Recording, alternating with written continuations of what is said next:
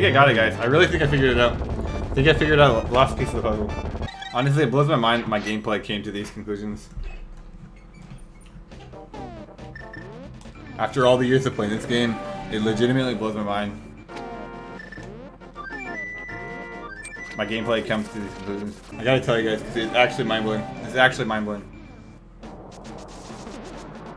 Basically, here's my argument. If you do an input-based input, because everything is an input, right? Everything's an input. But if you do an input-based input, instead of an output-based input, it actually creates an input-based, I call it input-based process, but I don't know if process is the right word.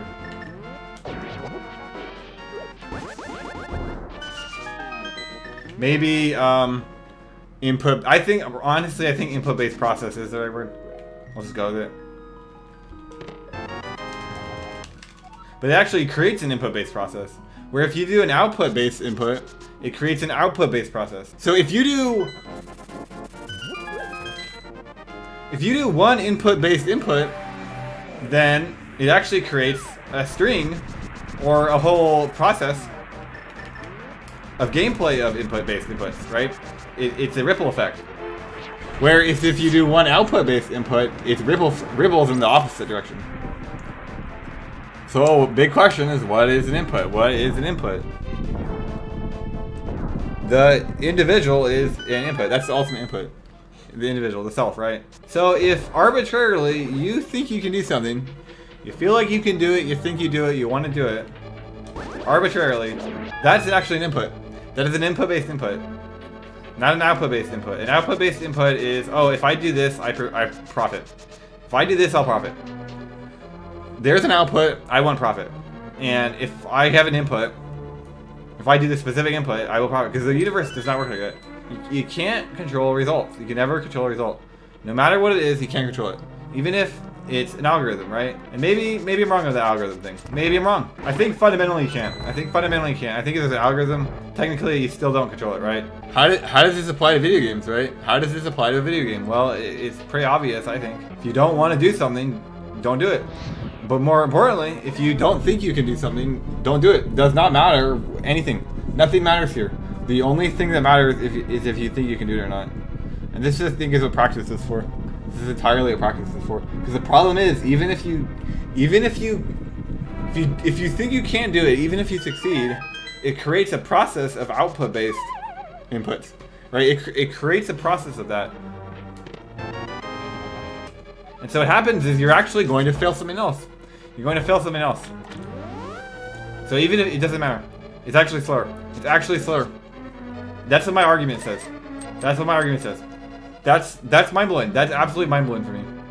Absolutely mind-blowing. That's crazy. That's literally insane. It literally solves everything.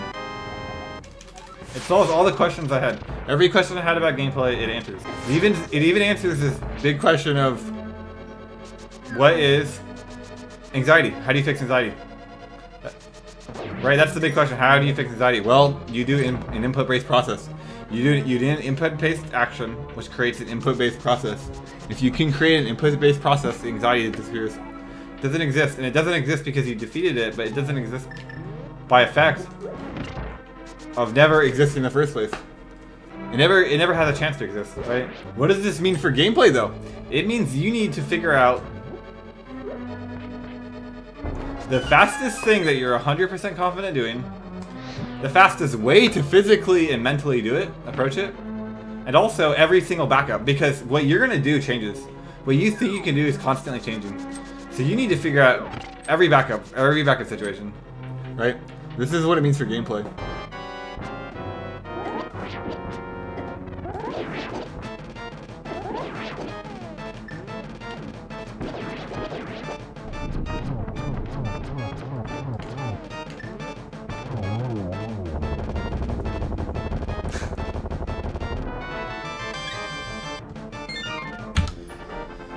I don't know how that was as good as it was. I really have no idea. But actually, I do know why. I can tell you exactly why. Because I was talking the whole way through. That was technically gold pace. I didn't even know it was gold pace. And at no point in that split, I knew it was gold pace. How is that gold pace? How can I get such a good split while talking to my chat the whole way through?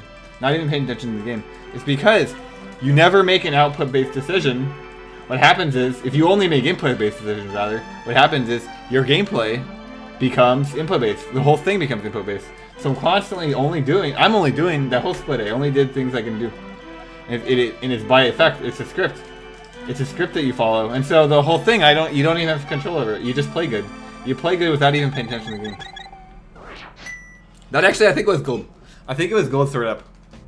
Actually I don't, but I'm gonna time it. Because that was pretty good. This is the problem with anxiety though, and desire. And here's the problem with desire. I think it's obvious, but the thing with desire is you want to win. Let's say you want to win. Well, you have absolutely no control over winning. So what does the player do? They create a system of gameplay based on an output, right? Designed to win. Well, it's based on an output. There's the problem. So their system of gameplay ends up not winning. Where if you create a system of gameplay based on an input, which is, what is an input? What do you think you can do? What you think you can do? It has no basis for winning. There's no basis. It's completely irrelevant. You do exactly what you think you can do. You actually win far more.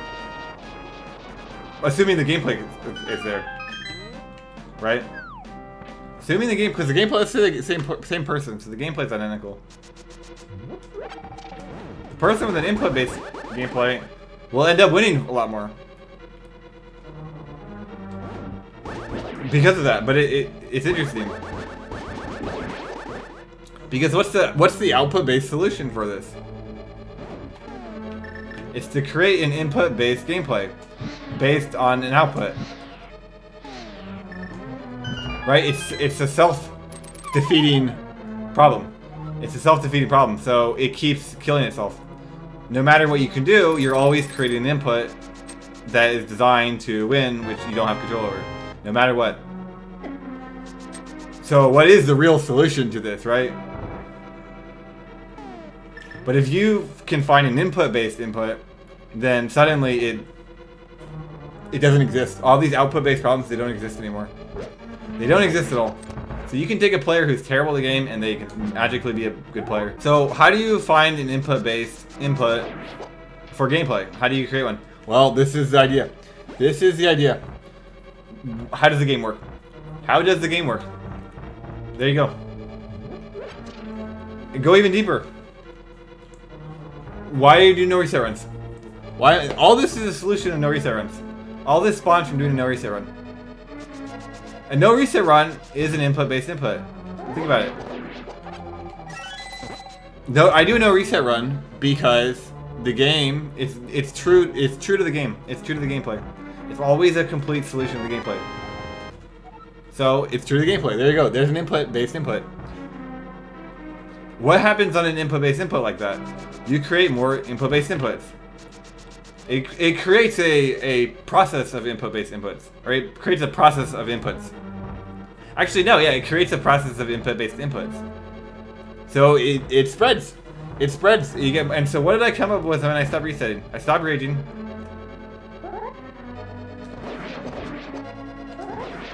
I actually fixed my hands. I completely fixed my hand problems. Where I would not be able to fix these hand problems if I tried to directly fix the hand problems, but based on an input-based input, I naturally fix these hand problems, no issue. I completely stopped raging. Almost completely. I mean, you can make arguments that I didn't, but effectively I did. What else did I do? What else did I do? I started standing up for myself. I started sticking up for myself and believing in myself. Well, here's the powerful thing. This is why, Zoc, you can actually go. You can go from garbage to incredible overnight because all these input-based inputs actually create more input-based inputs. It's this unbeatable snowball effect. You go from an output-based input that creates an infinite number of output-based inputs, which are all bad. They're entirely bad. Technically, they're not. Uh-oh. Technically, they're not. Because the problem with an output-based input is that sometimes it succeeds. If an output-based input succeeds, then it has the illusion of success. Right? If an input-based input succeeds, it's always recreatable. It's 100% successful 100% of the time. There's no illusion. And that's exactly why. That's exactly why if somebody somehow finds a way to abandon this, then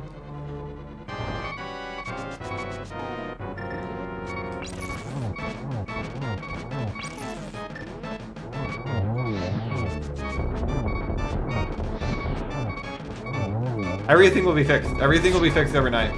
Or over a week, period of week, or a period of month, or whatever. That's what happened to me. That's exactly what happened to me.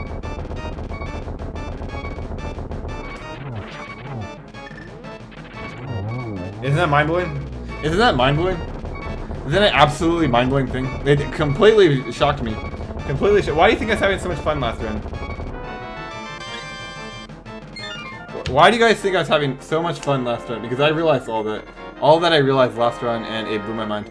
Completely blew my mind. And it made me realize that doesn't matter. None of this run matters. None of this matters. This is actually good. This is all good stuff. This run is actually really good. This is why you play like a god.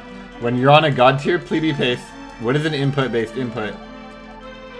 If life is a function, time is the x value, everything that happens is the y value. Every single thing that happens is a y value. It's both an input and an output at the same time. Well, it's not at the same time, but it's an input on one unit of time, and then on the next unit of time, it's an output, and it ripples. That output is constantly rippling. So it becomes an extremely complex graph that you can't really graph. It actually, technically, becomes a three-dimensional graph that we live in, known as reality, right? That's what, if life's a function of time, that's what reality is. It's a three-dimensional, what's the word? When you plot points, it's a three-dimensional graph of reality. And so an input-based input is not based on an output. It's basically not based on an output. So an output-based input is when if you want something. This is why the Buddhists say eliminate desire. This is why every expert in anything says eliminate desire and play the game for fun. It's because when you play the game for fun, that's an input. Because in your own reality, yourself is the only input, right? You only have control over yourself, and so you are your own input. And so if you do something because you want to win, or because you want money, problem is you don't control money. You don't control winning. So you constantly are creating gameplay that's based on an output. You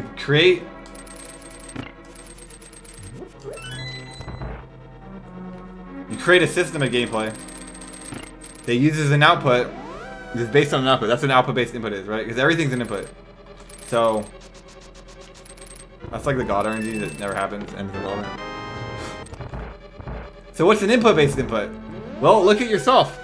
Look at the self, because what do you have control over? What does the player have control over? What does the player have control over in the game, for example?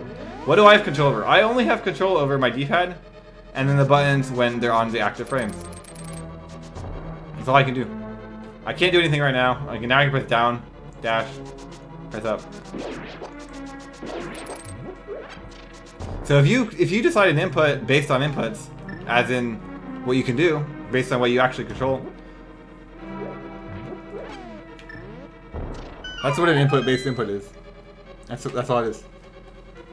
But that's the problem, because people say, I want to win. I want to win.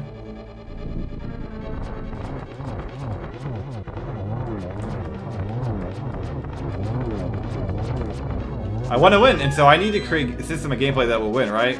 You won't win. You can't win. And you might win. Technically, you might win. What if everyone else gives up, right? But you can't recreate the win. It's not a natural victory. That's the problem with output-based inputs, and that's exactly the problem with output-based inputs. It's not recreatable. It's not natural. Even if you're successful, doesn't matter. So how do you fix this, right? What's a solution here? Well, that's what natural gameplay is. Natural gameplay is a input-based input that creates more inputs. It creates a system of inputs. Of input-based inputs, which is exactly why it's so powerful, exactly why it works.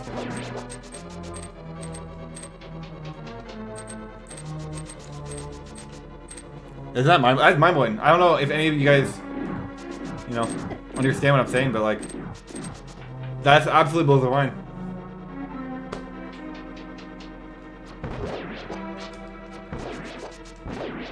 Like that slashing that red guy.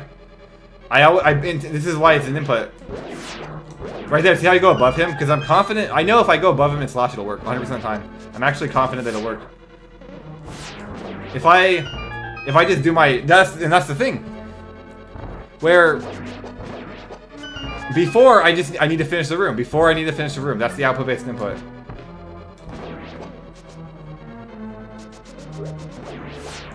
Crystal did that. Crystal did that in her PB, actually. Now I randomly do it. I randomly do it. How do I randomly do that?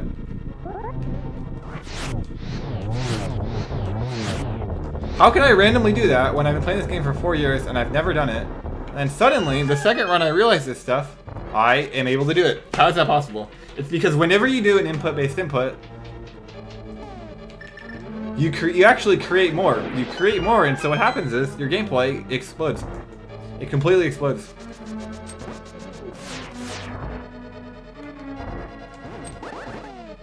Well, it explodes if your gameplay is terrible, like mine. If it was, honestly, I don't know, maybe I'm good now. Maybe I'm actually good at this game now. First time in 4 years. I'm actually good at this game.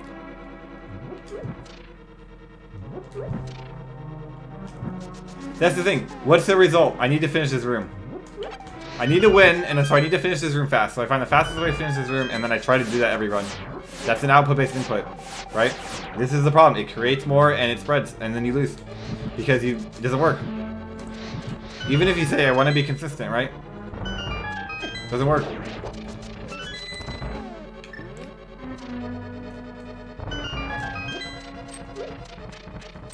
I actually argue for Destiny, because you can only exist in one reality. So there has to be a Destiny, right?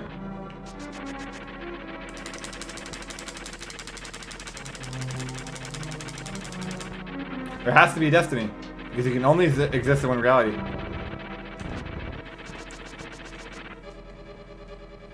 Even if you only have control of yourself, and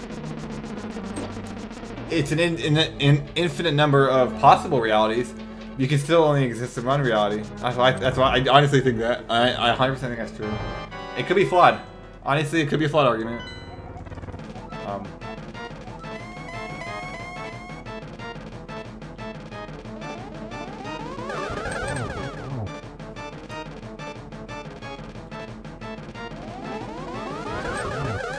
Yeah, if that was a 2-cycle, it would not have been gold, but it would have been good. Look at this! Look at this Aga. Why is my Aga so good? Why am I saving 1 second here? You can jump off a cliff. Is that Destiny? I think everything's determined. I think everything is a script. We follow a script, and if you decide to jump off a cliff, it's a part of the script. Even if you intentionally decided to, right? Because it's still a part of the script. You're scripted to decide that, right? That's what I think.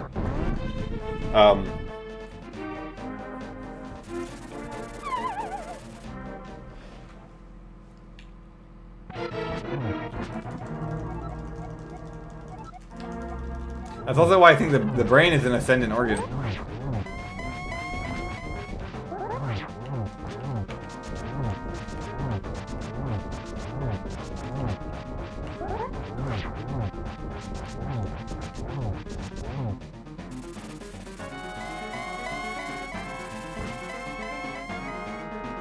Because if everything's a part of a script and then the player... Everything I'm saying right now, everything I learn is actually a part of a greater script that goes beyond me. The script goes beyond me, but that's why I think the brain itself is ascendant, because the brain can understand that there's a script that we're a part of, right? It breaks this. It breaks one level of script. I think you can spin that. But maybe not. Actually, no, I don't think you can. I think you technically can, but it's not worth it. Nice case spin. I'm gonna go lantern here. I'm gonna go lantern here because I might mess up. I think I'm good, but I missed the cape spin and I only got one early spin, so I'm gonna call it. We're gonna call it.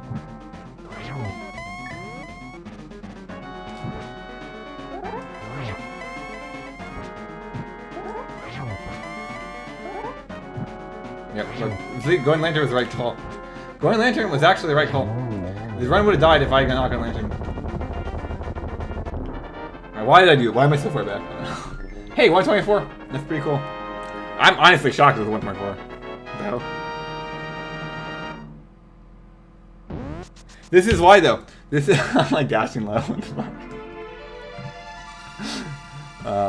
This is why this is a 124. Why is this run at 124 but none of the other runs are? Look at this. Plus 1 minute. Look at this, guys. I lost 15 seconds here.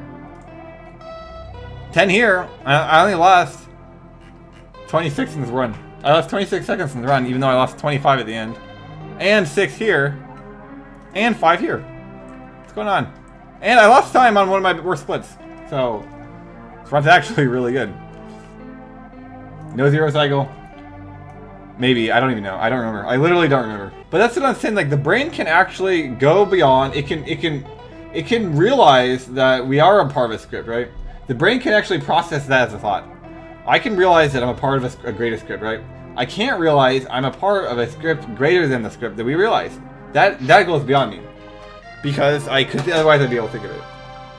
I can't think of that. It's not a thought I can create.